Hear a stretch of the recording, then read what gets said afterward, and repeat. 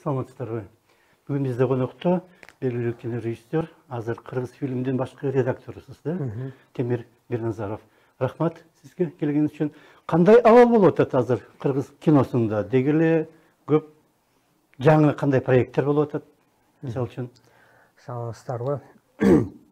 Быйыл негизи бизде кыргыз киносунун түптөлүшүнө 80 жыл болот да, юбилей. Анан азыр учурда ушу кызуу ошого даярдык жүрүп атат да, баягы андай нерселерди тоңдоп ошого даярданып аткан учурубуз. Анан бул баягы жеке эле баягы чыгармачылык отчет десек болот да, 80 жылдын ичинде эмнени жазадык деген да. Ушунун тегеретесинде баягы биз өзүбүзгө өзүбүз отчет берели деп. Анан кинонун багытын кайсы багытта кетип атат, кандай болуп атат, ушулардын үстүндө иштеп атабыз да. Анан быйыл мына жакында эле 4-5 ай болуп калды. Бизге Кыргыз фильм киностудиясына жаңы жаш директор келген. Бул кыргыз киносунун тарыхында эң жаш директор деп эсептелет. Бул Акчол Бекболатов деген жигит келди, 32-лерде го дейм. Анан бул жигиттин келиши менен аябай кыргыз киносунда аябай чоң жылыш болуп атат деп айтсам жаңылышпайм. Анткени бул багы бул факта мактагандык эмес, а факт ушул келгенде 4-5 ай болуп калды, бирок ошонун ичинде, ошол 4-5 айдын ичинде кыргыз киносунда мурун багы пленкаларга тартылып, анан сакталып турган, архивде сакталып турган фильмдерибиз бар да. Ошону оцифровать этиш үчүн $62,000 аппарат алып келип атат. Бул ошол өзүнүн демилгеси менен Түрктөрдүн Тика деген фондуна кайрылып, агенттигине кайрылып, ошол жактан $62,000 ошол эмени алып келип атат да.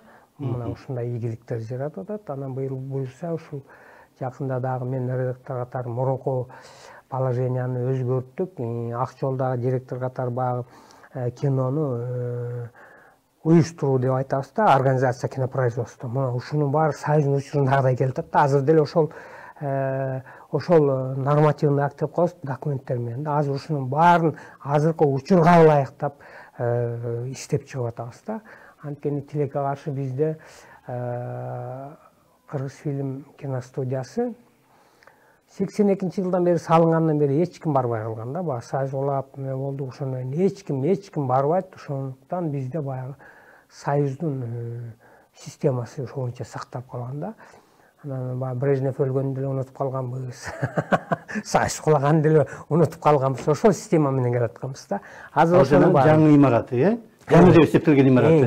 Эскиси мурда да. Ооба. Анан азыр ошол имараттан мурун ошол производствону, ошонун баарын тең азыркы учурга ылайыктап иштеп чыгып атабыз да.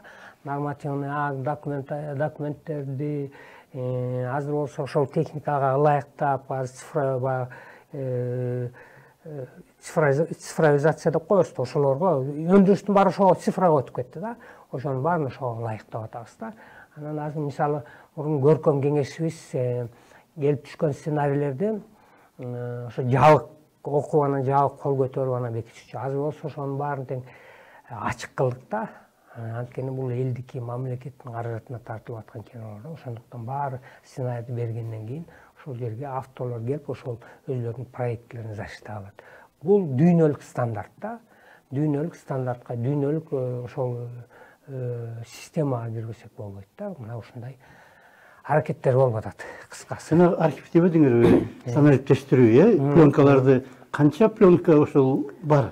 Анткени Москванын алдында жанагы белый столб деген шаарда сакталып, Кыргызстанга бербей жүргөн. Сактай турган эмеңер шартыңар жок дегендей кылып. Азыр кандай болот? Туура айтасыз. Ал жакта убагында кайрылганбыз, анан ал жакта бир кинону санарипке которуш үчүн $6,000 тегеретесиз да. Санариптештирүү. Ал ошол белый столбуда. Москвадан ушундай алар эмесин бербейт да, оригиналын беришпейт. Анткени аны алыш үчүн бизде багы ошол сактала турган шарттын баарын текшеришет, тиги болот. Анан бизде болсо баягы өзүбүздө Кыргыз фильм киностудиясынын базасында тартылган фильмдер. Бияктагылар. Мисалы мурун Госкино болчу да, Москва бар, 15 республика Москва баш учуда, анан ошол жерде борбор достурганда, ошол Госкино СССР деп койчу, ошол жака барып, сценарийдин баары түшүп, ошол жактан бекитилип, анан акча бөлүнүп, анан тартылчу да билесиз. Азыр болсо бүт анан кээ бир фильмдер өзүбүздө болгон Кыргыз фильм киностудиясынын архивинде сакталып турат. Ал убакта мисалы эменин билесиз, по заказу Гостелерадио Кыргызский СССР деген фильмдер болгон да, мисалы заказ менен ошол тартылган фильмдердин копиялары турат. Көптөгөн фильмдер ошол 80 жылда чогулган архивдер пленкада сакталып турат да. Эми мунун баарын өмүр бою сактай албайбыз да. Азыр бүт дүйнө цифрлы жана санарип өткөрүп атат. Ал жеңил экен. Мисалы bir filmdi 2 час болсо ар бири 35 килограммдан 60-70 килограмм чейин болот могу пленкалар, элестетиңиз. Аны ошол бир температурада кармабаса ал эме күбөлүп түшүп калат да. Анан аны биз азыр санарипке өткөрүп алсак, мисалы 10-15 кинобуз бир дисктин ичинде мындай болуп калат да. Ошондуктан имаратты да бошотуп алабыз, сактаганга да жакшы, мындай ыңгайлуу шарт болот. Бирок пленкалар деле калса жакшы го. Эми аларды деле эми сактап эме кылабыз, аракет кылабыз, ал деле тура берет. Бирок негизи санарипке өткөрүп койгонубуз жакшы да. Ошого мынакей азыр ошол Акчолдун ошол эң чоң эмеси болуп атат. Мен да уктум эле Ведугиристин уулу консулбу кандай азыр Литва жакта. Ооба. А дагы ошол бир жана санариптештирүү боюнча бир долбоорду алып келип атат. Же ал жөн эле жана Ведугиристин кинолорун ошенткенби өзүнүн? Аны чалабыча уккам, бирок ошол кандай ал аппарат өтө кымбат болгондуктан аппаратты деле эме эткен жок дейм. Ал өзүнүн атасынын фильмдерин аракет кылып же өткөрсө керек. Жалпы кинону эме кылыш үчүн ал аппарат азыр ошол 60 миң доллардын тегеретесинде да. А мындан бир 2-3 жыл мурун 300 миң долларга чейин болчу, өтө кымбат болчу да. Өтө кымбат. Азыр мына арзандап эме болуп калыптыр, азыр турктар алып келип. Кандай жаңы фильмдер пайда болду акыркы мезгилде? Акыркы ушул 5 жылдын ичинде эми көп эле ийгилик болуп атат да. Эми көп баягы бизде Союздун учурундагы инерция келип атат да. Мисалы көпчүлүк айтат да, Союздун учурундагыдай Кыргыз кереметин жаратабыз дейт да. Анан кайрылып келебиз, Кыргыз кереметине кайрылып келебиз деп Сапар Исаков да муну баягы өзү мындай бир айтып, бизди бир кабыл алып өтө эме болуп койгон да. Анткени ал ушундай сөздөрдү көбүнчө азыркы учурда Кыргыз киносунун акыбалын жакшы билбегендер айтат да. Мен сизге айтайын, анткени акыркы 20-25 жылда мурунку Союздун учурундагы ийгиликтерден 2-3 эсе көбүрөөк ийгиликке жетиштик деп айтсам болот да. Мисалы ооба, мен мисалы мойнума алам. Океевдин, Түлүмүш агабыздын Бакайын айтып, бул шедевр, дүйнөлүк шедевр да. Бирок ошол эле учурда эми ал убакта кандай билбейм, Союздун учурунда келаткан ушул 80 жылдык тарыхында, кинонун, Кыргыз киносунун тарыхында эң чоң сыйлык бул Түлүмүш агабыздын Күмүш аюусу болчу. Берлин кинофестивалынан, А классында фестивалдан да. Күмүш 2-нчи орунда. Күмүш аю. Алтын аю 3-чү. Гран-при Алтын аю, Күмүш аю. Анан мындан 5-6 жыл мурун жакында эле Бакыт Мукул менен Дастан Жапарова экөө Монреалдан, Канададан Алтын зенит деген сыйлыкты алды. Алардыкы бир тепкич, бирок алардыкы эме болуп калды да, мыкты дебют деп, эң мыкты дебют деп Алтын зенит деген приз алды да. Бул эң А классында калды, Монреал, Берлин. Анан алардан 2 жылдан кийин биздин фильм алды, Түнкү кырсык. Таллинден алда А класска кирет, ушул ал гран-прини алдык да. Бул уже эң жогорку тепкичке чыктык деп айтсак болот да.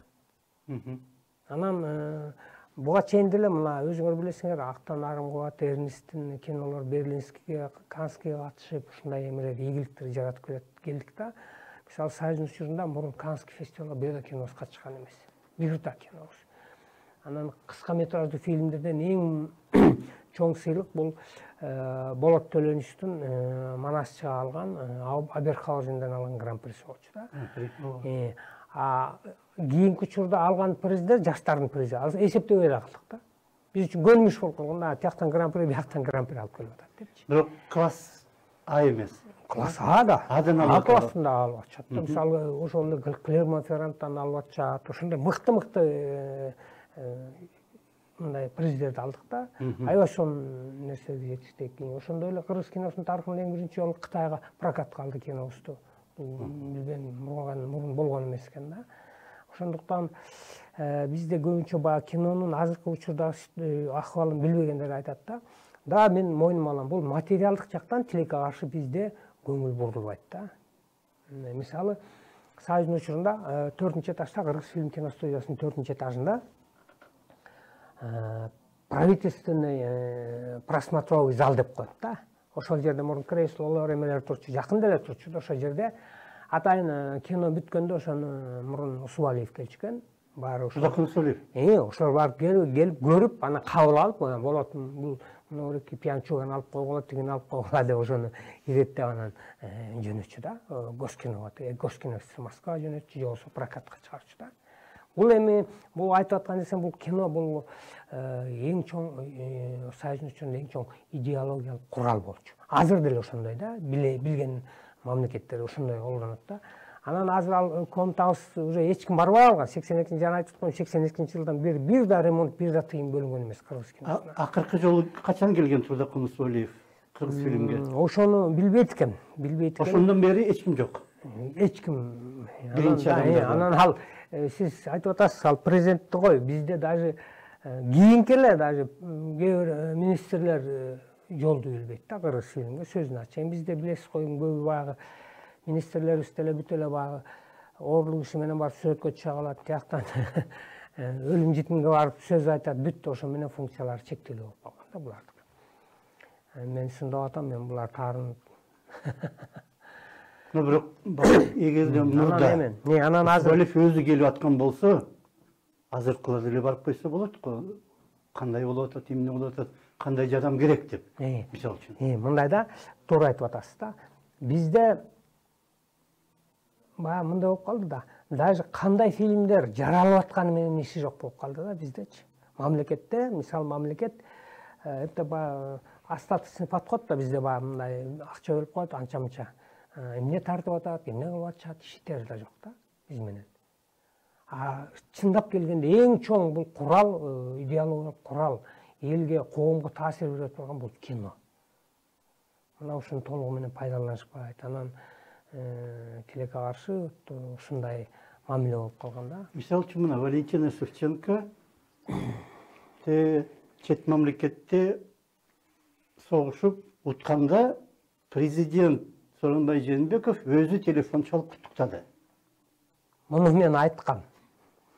Силер жанагыдай гран-при алып атканда кандай кылып куттуктады? Эми бул биздин мамлекеттин башчыларынын приоритеттери да. Билимге, медицинага приоритет коебу же спортко приоритет коебу?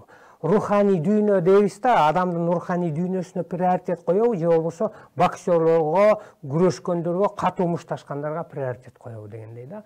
Ошондуктан бизде мисалы уктуңуз беле, бир президент бир илимпозго, же болбосо медикке, же болбосо бир жазуучуга, же болбосо бир режиссер же актёрго өзү телефон чалып жеңиш менен куттуктаганы жок. Бизде мындай ошондой басым такыр башка тескери жакка кетип калган да. Анан өкмөт башы ошол жака бурулуп атса, эл да ошол жака эме кылат, туурабы? Эми элестетиңизчи, бир жолу жанагы таңгөр ким эле бир мындай эмелерди жеп сүрөткө түштү го, рэп бийлеген ким эле? Таңгөр бир Тимати эле ким эле келди го. Келген ооба. Жанагы Аземолдун эми ошол жерде бекер мындай эме таратып булочка бирдемелер тараткан экен. Ошол жерде саясатчылар кыйкырып өкүрүп ошол жерде жүрөт да. Ошол эме булочкаларын бекер жепчи. Эми бул эми ушул жөнүндө кино тартыш керек да, мына ушул жөнүндө да. Мен ушул ушуга эми мындай да канчалык укмуш чыгармачыл фантазияңыз иштесе дагычы, булардын кылып атканына андай ойлоп чыгара албайсыз да. Булардын мындай кылык жороон карап отуруп булардыкына жетиш өтө кыйын да, мындай. Неподражаемый. Это просто мындай. Же жанагы чоңдор каяка бурулса, эл да ошол жака бурулат деп атпайсызбы? Ооба да. Мүмкүн элдин баары ушул жакка бурулуп кеткен үчүн чоңдор дагы ошолорго жакын болоюн дегендей болуп же ошол деңгээлде болгон үчүн чоңдор да ошол жака бурулуп кетип атабы? Баары деградация Сиз мындай деп атасыз да. Койлорду бир теке ээрчитип жүрөт го. Сиз азыр теке койлорду ээрчип кетти деп атасыз да. Ошол бир чети сиздики туура болуп атат. Анан эми мындай да азыр ушунчалык бизде өкмөт башчы, өкмөт мамлекет башына келгендердин билим деңгээли, интеллектуалдык деңгээли дейбиз, көрөңгөсү ушунчалык өтө төмөн болуп кеткендиктен эл дагы элдин баркы кетип калды. Бийлик эми баягы бир чети бул туурабы деп да ойлойм да. Анткени баягы боготворить этип жагымдай эмеден алысыраак жөнөкөй болгону да жакшыбы деп да ойлойм да. Бир чети бул да туура. Бул биздин бир чети коомдун өскөнүнөн айтат да. Бийликтегилердин ылдый төмөн түшкөнү коомдун өйдө өсүп кеткени.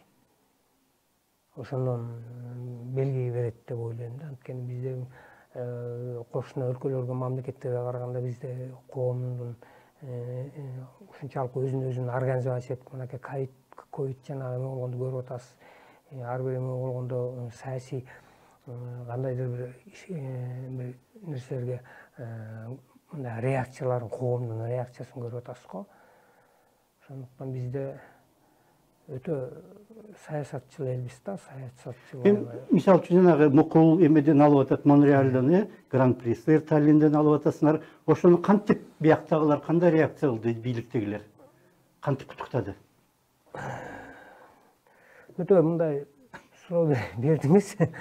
Ошол жактан бирөөнү сабап ийип, же бирөөнү жеңип келсем куттуктамак деп ойлойм да. Эми ал кино менен алып келип, ал эмне кино экен, ал иши да жок да. Жана айтып кетти. Алган жок. Кайсы чыгарманы ким жазып атат, кандай акындар бар, алар менен деле мындай көп деле мындай эме болбой калган. Мен сизге айтып атпаймынбы, интеллектуалдык деңгээл, мамлекет башына келгендерден эметет саясат. Анан ал деле саясат деп деле айта албайм. Баягы саясатчы деп айтайын десем, ага да жарабайт. Анан пландар азыр кандай болуп атат? Эмнелер тартылып атат?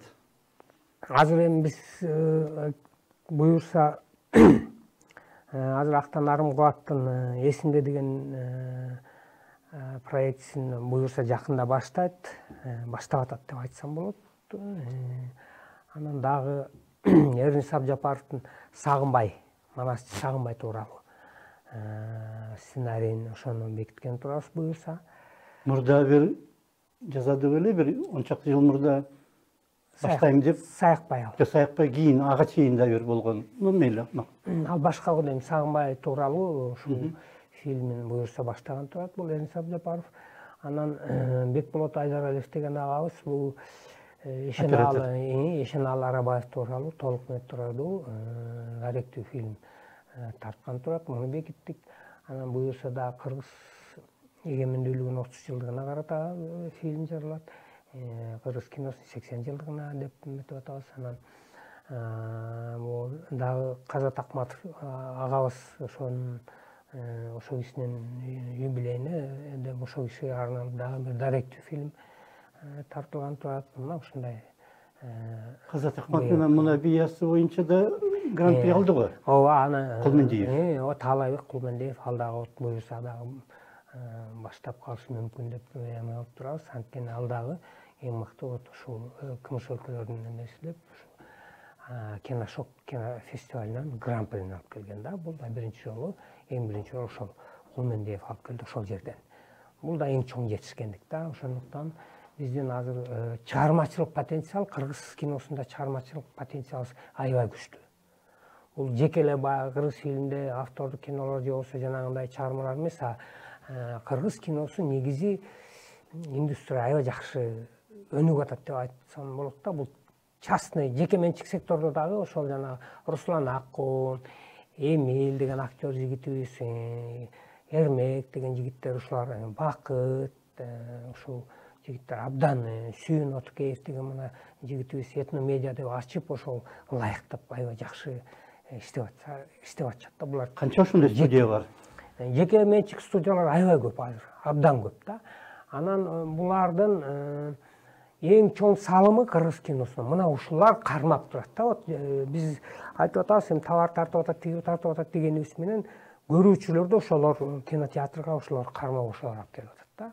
Анткени тилекке каршы биздин жана автордук же болбосо чыгармаларыбызга тилекке каршы ашып кетсе 60 киши келет, аябай көп десек, болбосо бир 7-8 киши келет болду. 7-8. Анткени эми азыр көрүп атасыз, коомду көрүп атасыз го. Айтматовдун, мисалы Айтматовдун, Чыңгыз Айтматовдун китебин канча киши окуйт Дордойдо? Таппайсыз. Туурабы? Таппайсыз. Анан жана Суперинфо же болсо жана Пирожки китеп дегендер бар. Алар баары бир окуп отурат да. Ошондуктан бул да коомдун деңгээлинен айтат да. Анан бизде болбой эле муну кичине кээде бизде балдарыбызды жакшы болуш үчүн кээде какыс-кукус кылып кичине мындай китепти окутуп заставить этебиз го. Ошол сыяктуу коомду деле ошондой кылып барыш керек да. Мисалы Кытайда цензура аябай күчтүү билесиз да.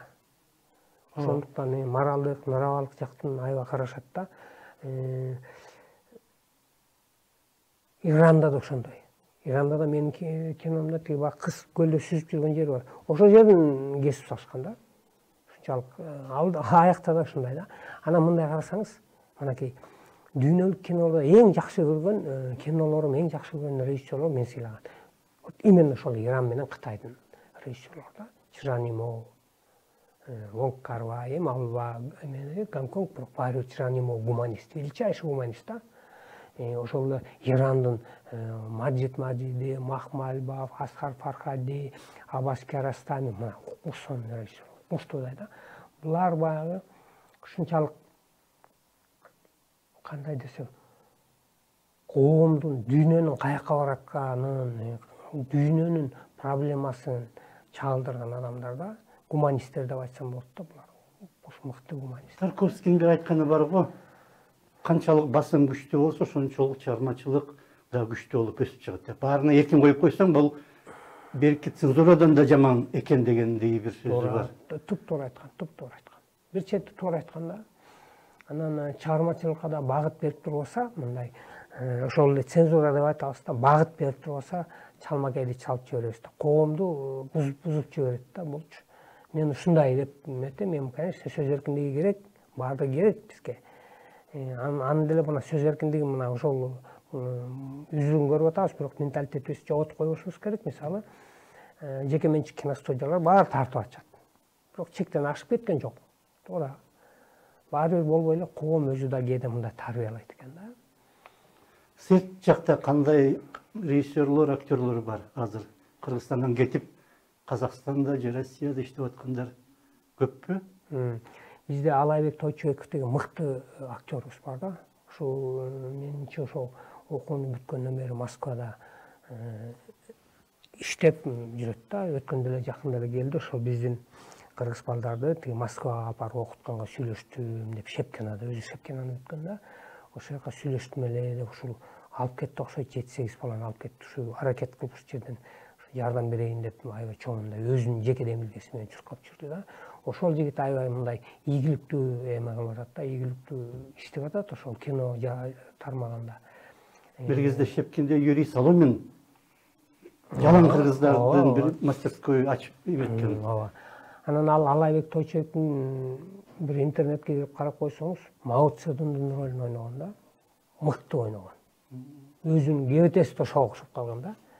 Өзү айтат тиги ошол режиссерлор Кытайлардан да таңдаптыр. Кытайдын актерлордон таңдап, анан бул Алайбекте түшүп калат, анан Кытайлар өзлөрү келип айтыптыр. Муну аябай окшош экен Мао Цзедунга депчи.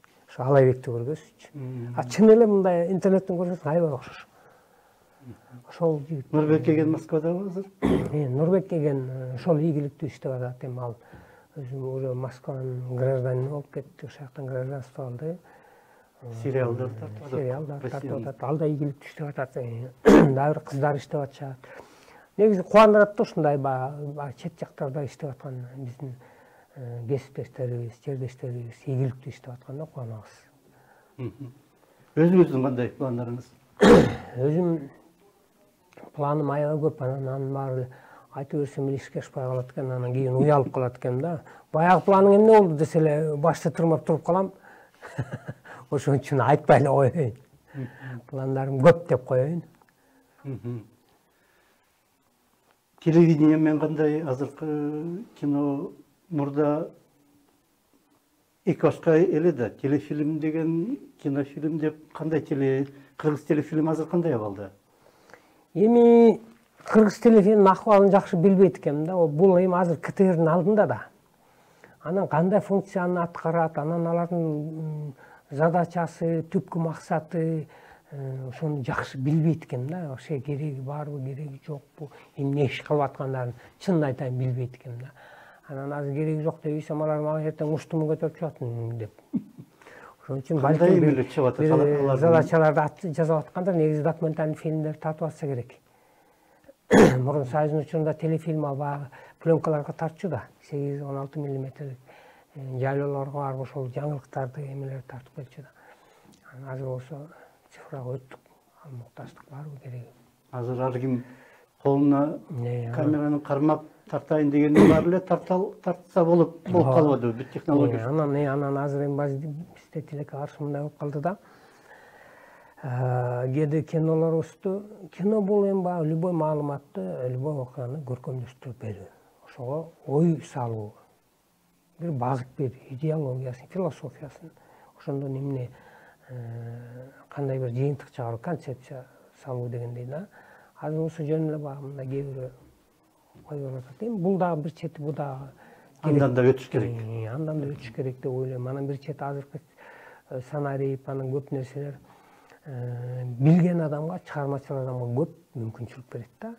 Кээде жатып алып билбейсиз, эмнеден кинону чыгарышты билбей, анан кээ бирөө тияктан ойлоп чыгарат да өтүп кетет. Кээде ушул жаңылыктарды карап отуруп, укмуштуу окуяларды, укмуштуу нерселерди эме кылып алам да өзүмө. Мисалы мен жеке өзүм ошондон мындай түрткү эме алам да, демилге. Мисалы ошол эле мындан бери 5-6 жыл мурун бир маршрутка айдаган таксист, сен баягы маршрутка көчөдө жана айдаган үйүнө келип бир кичинекей сумка бирөө калтырып кеткен, ичинин астысы $60,000. Паспорт менен. Ошонун ээсин издеп жүрүп кайтарып берген да. Анан ушундай заманда ушундай адамдар бар экен да, ошол аябай эме болдум да. Ошонун мындай бир ошондон бир демилге алып, то есть кандай десем эме алып, ошону жараттым да, ошол кинону азыр Табылга деп аталат. Ошону бүттү. Жакында чыгарсам деп турам бул киномду. Анан буюрса дагы чоң фильмдерге, чоң. Анан азыр мына көп эле сен мен жеке өзүм айлана чөйрөдөн алам. Мынакей бизде саясат өзүнчө эле чоң кино бул. Азыр саясатты көрүп атасыз го. Ар бир саясатчынын прототиби бар да. Ар бир саясатчы өзүнчө эле кайталангыс актерлор да. Карап турсаңыз. Буларды эле алып туруп эле көчүрүп эле ошонун образын бүт эми баягы психологический образын алып туруп эле көчүрүп актерлорго ойнотуп бүттү. Даже актерлорго мындай тапшырма берип кой, тетигин көчүрүп кел, ошонун образын жаттап, ошо кандай басып турган бүт сон. Самырсыз айтканда биздин турмуш өзү театр, чоң театр. Аны көрө бериш керек, наблюдать этиш керек ар бирин ошону менен. Биздин убактыбыз да бүтүп калыптыр. 30 мүнөт жылдан өтүп кетти. Рахмат сизге. Бизде конокто Темир Берназаров болду, белгилүү кинорежиссер, азыр Кыргыз фильм студиясынын башкы редактору. Рахмат сизге. Сизге да рахмат. Саламат болуңуздар.